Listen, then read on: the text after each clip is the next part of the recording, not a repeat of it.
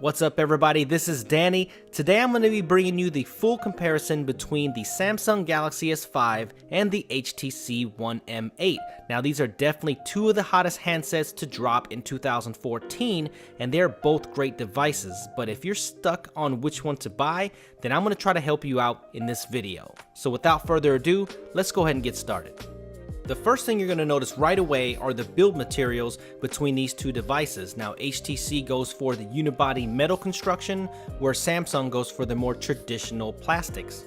They both feature premium 1080p displays, where the Samsung Galaxy S5 has a 5.1-inch Super AMOLED display and the HTC One M8 has a 5-inch Super LCD IPS display.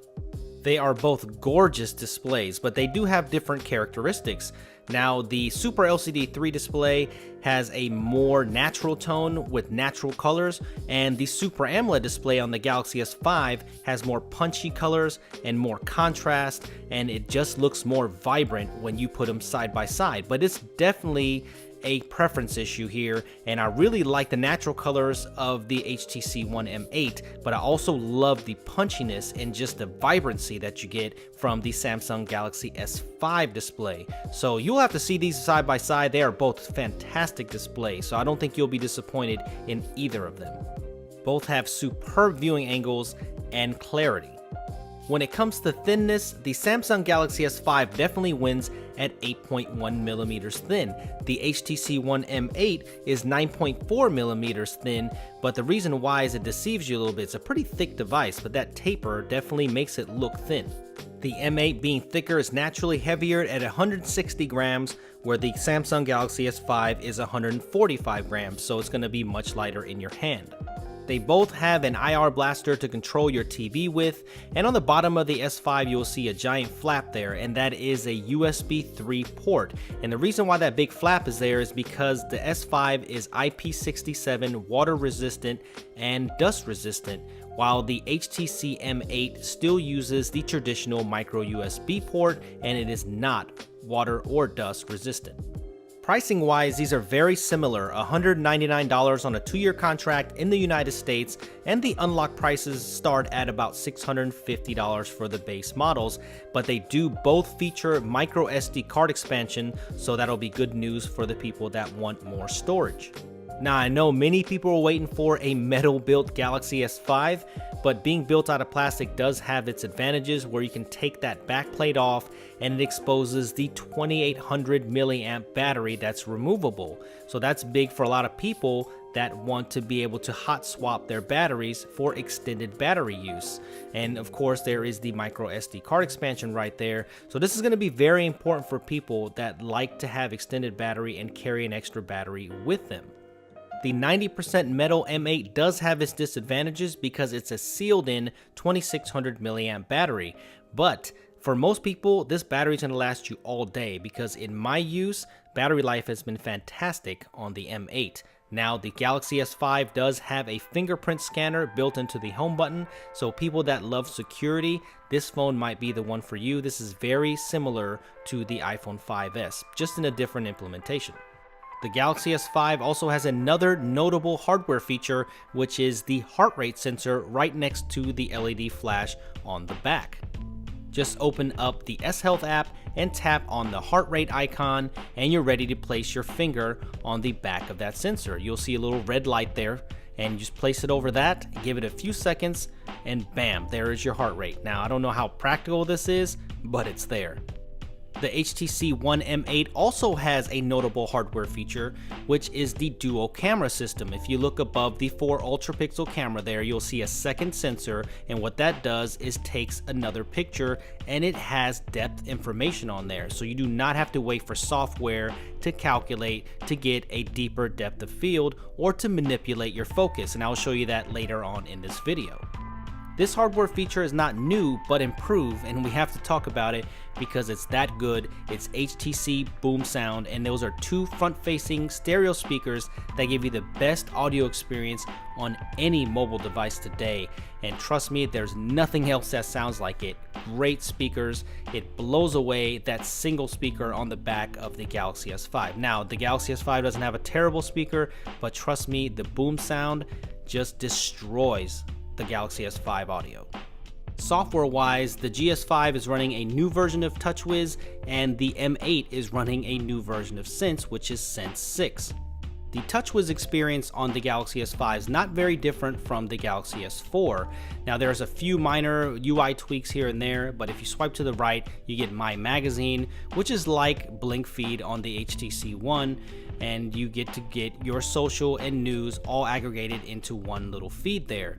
And the actual theme and experience looks pretty similar, so I think if you come from a Galaxy S4 or if you're familiar with Galaxy devices, you will feel right at home here.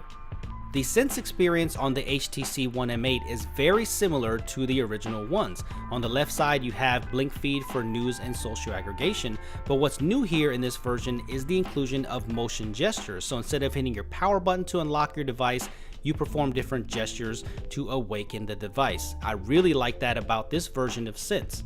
If you are familiar with HTC devices and Sense software, you're gonna feel right at home here as well.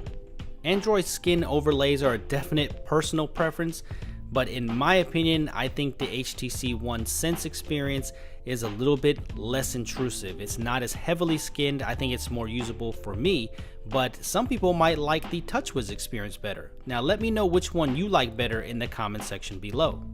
No matter which one you like best, they are both being powered by the latest version of Android, which is 4.4.2, aka KitKat. So that's great that they both included the latest experience of Android right out of the box. The Android experience is very fast on both of these devices because they're both being powered by the brand new Qualcomm Snapdragon 801 processor with 2GB of RAM and the Adreno 330 GPU. Now the S5 is clocked slightly higher at 2.5 GHz while the M8 is at 2.3 GHz. The camera is very exciting, well, at least for one device, which is the Galaxy S5, because it has a brand new 16 megapixel ISO cell sensor, where the M8 still has the 4 ultra pixel camera from the HTC One, slightly improved though, and the GS5 has a 2 megapixel front facing camera, but the HTC One M8 now has a 5 megapixel front facing camera. So selfie lovers will gravitate towards this phone. The camera interface is refined here on the GS5, and I quite like it a lot.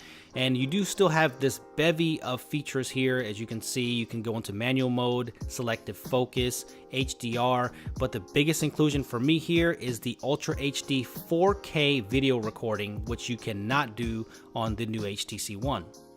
Selective focus is one of the more notable software features in the GS5, and what that does is just takes multiple pictures and you can see it processing there, so it does take a while. You got to hold it pretty still, and then what that does is allow you to change the focus after the shot has been taken.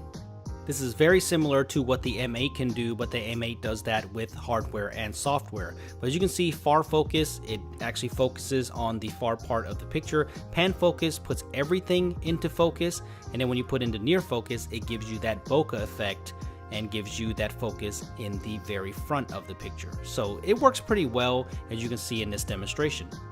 Another great feature about this new 16 megapixel camera is that it focuses super fast. I mean, look at this. Every time you move it, the focus is on point right away. So you're gonna love this about the autofocus. The M8's camera software also got some refinements here and also has a ton of features. As you can see here, you can actually go into full manual mode here. You can go into macro. And what I like about the manual mode is that actually when you set it, you can save that manual mode. So you can go back to that and reference those settings, which is great.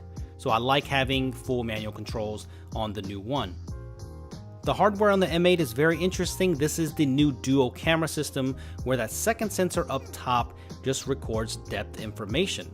And you can see that the focus is very quick and the shutter speed is very quick, just like the Galaxy S5. But I think the HTC One is actually a little bit faster, But here you don't have to sit there and wait for it to process like you saw it on the GS5. All you do is go into the picture and hit edit, and now you can go into U focus, where you can just tap anywhere to refocus after the shot's been taken. So there is the background being in focus, and now if I tap on the foreground, you can see that in focus. So I think it's much easier on this, and you can actually get some cool artistic shots here, some good bokeh effects, but it doesn't work all the time, but for the most part it works pretty well. So I think you'll get some great creative shots. Now you also have some other features here where you can get foregrounder and have some sketch effects and colorize, but I'm not sure if you're going to use that a lot either. And also you have another little gimmicky feature here that uses 3D. It gives it like a stereoscopic effect with that second sensor, and I don't think you're really going to use this much, but I guess it's kind of cool to show off. That's it on software. Let's get into the real images here. Here is an image taken with the One M8, and the colors are pretty good on it, but the Galaxy S5 takes a warmer picture, and some might actually prefer that. Now this is where it gets into the problem. Look at it cropped on the HTC One M8. That's a 4 megapixel or 4 ultra pixel shot, and look at how blurry it is, but look at how sharp it is when it's cropped on the Galaxy S5, because that's a 16 megapixel resolution shot. So if you want a higher megapixel and higher resolution shot, you're definitely going to want to go with the Samsung Galaxy S5. But if you look, the exposure is a little bit higher on the Galaxy S5. The One M8 actually takes a more contrasted shot, and some people might actually prefer that. So which images do you think look better, the One M8s or the Galaxy S5s? I think that if you're actually going to take these pictures and do something with them and take them off the device, maybe do a print or something, you're definitely going to want to go with the Galaxy S5, because the 4 megapixel resolution is definitely not going to do it. Now I think the color replication on the M8 is better on some shots, but I think overall the Galaxy S5 definitely gets a win, and it also has 4K video recording. I can't wait to shoot more photos and videos with both of these devices, and make sure you stay tuned to the channel because I'm going to do a more detailed camera comparison between these two devices. Alright, well I hope this video helped you out a little bit, put things into perspective, and maybe showed you what device is better for you. I really don't think you can go wrong here. They both have gorgeous displays, LTE connectivity, they both have SD card expansion, they both have the fastest processors available right now. It's just that one does something just a little bit better than the other. I mean, the Galaxy S5 is water resistant and dust proof, and the HTC One is 90% metal and has a beautiful build quality. The Galaxy S5 has a 16 megapixel camera where it outshines the HTC One's camera. But if you really care about personal opinion at all, because some of the reviewers don't really put an actual opinion in here, but for me, I think I like the HTC One M8 a little bit better, and let me tell you why. I'm a sucker for engineering and build quality, and I think that the HTC One M8 is one of the best built phones ever, and it just feels so great in the hand for me, and I love looking at this device, and as a whole, the user experience, I think it is a better phone in my opinion.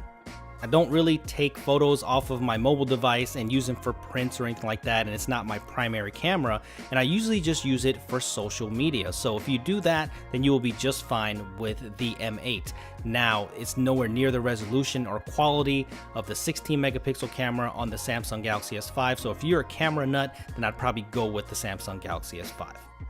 Alright guys, well that does it for me. Make sure you hit thumbs up and like this video if you enjoyed this content, and make sure you subscribe to my channel if you haven't already for more coverage on the M8 and the Samsung Galaxy S5, and follow me on Twitter @SuperScientific, and I will see you guys in the next video. Thank you for watching.